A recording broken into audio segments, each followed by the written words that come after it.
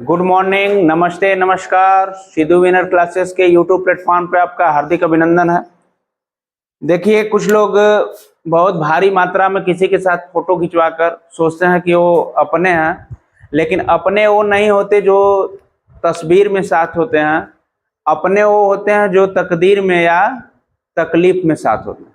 बात समझ में आ रही है? तो जो तकलीफ में आपके साथ व्यक्ति है वही आपका क्या है, मित्र है, वही आपका सहभागिता है, वही आपका सब कुछ है। और जो केवल तस्वीर खिंचाने के लिए तस्वीर में होते हैं वो क्या होते हैं, तकलीफ में आपके कभी साथ है नहीं देते हैं। इसी के साथ हम लोग सेशन की शुरुआत करते हैं। आज हम लोग पढ़ेंगे बेटा वीर रस के बारे में।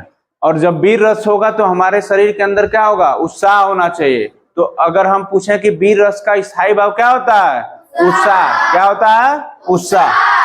तो उत्साह के साथ पढ़ाई हम लोग करेंगे। देखिए, युद्ध अथवा विभिन्न कठिन कार्य को करने के लिए मन में जो उत्साह जागृत होकर होता है उसे क्या कहा जाता है, वीर रस। जैसे अगर मैं कहूं कि युद्ध में जाने के लिए अगर शरीर में उत्साह नहीं होगा तो हम क्या वीरता प्रदर्शन कर पाएंगे, युद्ध जीत पाएंगे? नहीं जीत पाएंगे। कठिन कार्य है, अगर हम उसको करने के लिए हमसे नहीं हो पाएगा तो नहीं हो पाएगा आपसे। कठिन कार्य है, आपके अंदर उत्साह भरा है वीर रूपी, तो आप कहेंगे कि हम इसको क्या करेंगे, करके आएंगे।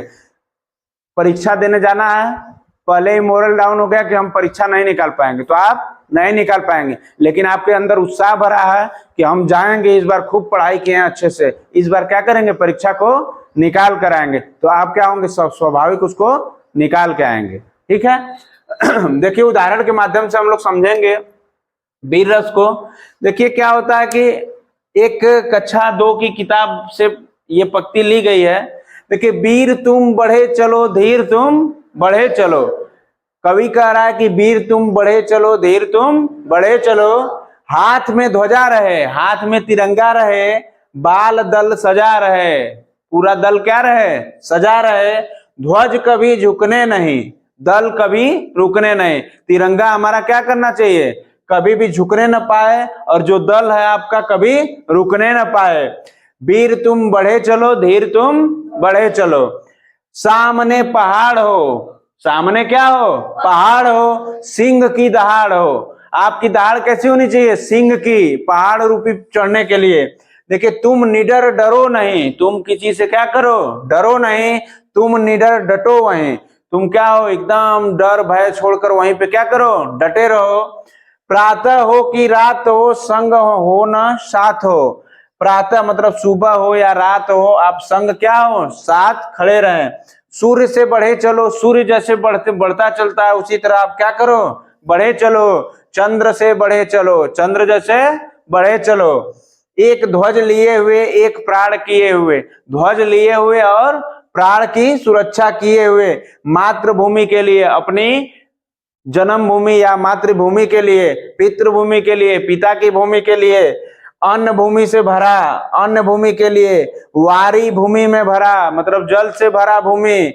यत्न कर निकाल लो, यत्न कर निकाल लो, उसको छीन लो। ठीक है। वीर तुम बढ़े चलो, धीर तुम बढ़े चलो। ये एक युद्ध की बात हो रही है। बात समझ में आ रही है? ठीक है, इसको नोट कीजिए। देखिए, हम लोग बढ़ते हैं दूसरे नंबर उदाहरण की तरफ वीर रस के। वीर रस का उदाहरण, ताव दय दय मूछन पे। मूछन पे क्या कर रहा है व्यक्ति, ताव दे रहा है। कगारुन पे पांव दय दय। कगारुन मतलब क्या होता है, ठीक है, अपने पैरों पर क्या दे रहा है, हाथ दे के। अरि मुख घाव दय दय, कूद परूं कोट में। कोट में घाव देने के लिए विपक्षी लोगों पे क्या करूं, कूद परूं। ठीक है। आगे देखिए, तीसरा नंबर है, फहरी ध्वजा फड़की भुजा। जब ध्वजा फहर रही है तो भुजा क्या कर रही है, फड़क रही है। क्या कर रही है, फड़क रही है। बलिदान की ज्वाला उठी, बलिदान देने के लिए हृदय में क्या उठी, ज्वाला उठी। निज मातृभूमि के मान में, मातृभूमि के मान में, अपने भूमि के मान में क्या करी, सम्मान में ज्वाला भड़क उठी है। चंड मुंड की माला उठी। अब आगे चौथे उदाहरण की तरफ। चौथा उदाहरण है, बाने फहराने घटा घबराने।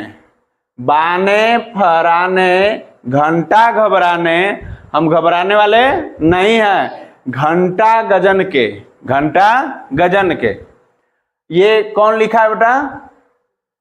ब्रिज बिहारी भूषण ने लिखा है। ठीक है, आगे बढ़ते हैं हम लोग पांचवें उदाहरण की तरफ। पांचवा है, मैं सत्य कहता हूं सखे, मित्र मैं तुमसे सही कह रहा हूं, सुकुमार मत जानो मुझे, सुकुमार मत जानो, ऐसा मत जानो कि मैं बहुत कमजोर हूं। ठीक है, आगे देखिए, यमराज से भी युद्ध में प्रस्तुत सदा मानो मुझे, अगर तुम्हें यमराज से युद्ध करने की जरूरत पड़ेगी तो मुझे समझना कि मैं उनसे युद्ध करने के लिए तुम्हारे पास अवेलेबल या प्रस्तुत रहूंगा।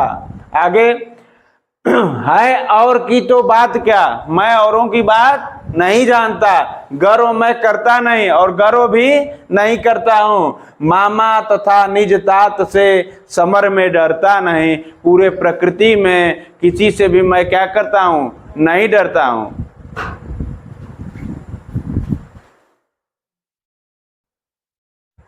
अगला छठवां जो उदाहरण है आपका, रणबीच चौकड़ी भर भर कर, रणबीच चौकड़ी भर भर कर चेतक बन गया निराला था, चेतक क्या किया था, बन गया निराला था, राणा प्रताप के घोड़े से पड़ गया हवा का पाला था। जो राणा प्रताप का घोड़ा था वो क्या था, हवा से भी तेज था, हवा से भी तेज था। गिरता न कभी चेतक तन पर, कभी जमीन पर क्या करता था, गिरता नहीं था। राणा प्रताप का कोड़ा था और राणा प्रताप का जब कोड़ा लगता था तो ये क्या करता था, चेतक स्पीड पकड़ लेता था। ठीक, वह दौड़ रहा अरिमस्तक पर या आसमान का कोड़ा था। ठीक है, जो तनिक हवा से बाग हिली, जो तनिक हवा से बाग हिली, लेकर सवारी उड़ जाता था। अब हवा से इसको क्या मिलती थी, सूचना मिलती थी, तो ये सवारी अपना क्या करता था, लेकर उड़ जाता था। राणा की पुतली फिरी नहीं, राणा सोचता था कि अपने घोड़ा को क्या करूं, मैं दाएं या बाएं दिशा बताऊं, लेकिन क्या करता था घोड़ा, उनके देखने से पहले ही क्या करता था, समझ जाता था कि मुझे कहाँ मुड़ना है, तब तक चेतक मुड़ जाता था। देखिए ये क्या करना है कि अपनी कॉपी में सातवां उदाहरण वीर रस के लिए राणा प्रताप का आप लोगों को लिखना है अच्छे से, और आपको लास्ट तक बनने के लिए इस कंटेंट में वीर रस के बहुत बहुत धन्यवाद। Thanks for watching my videos, my class.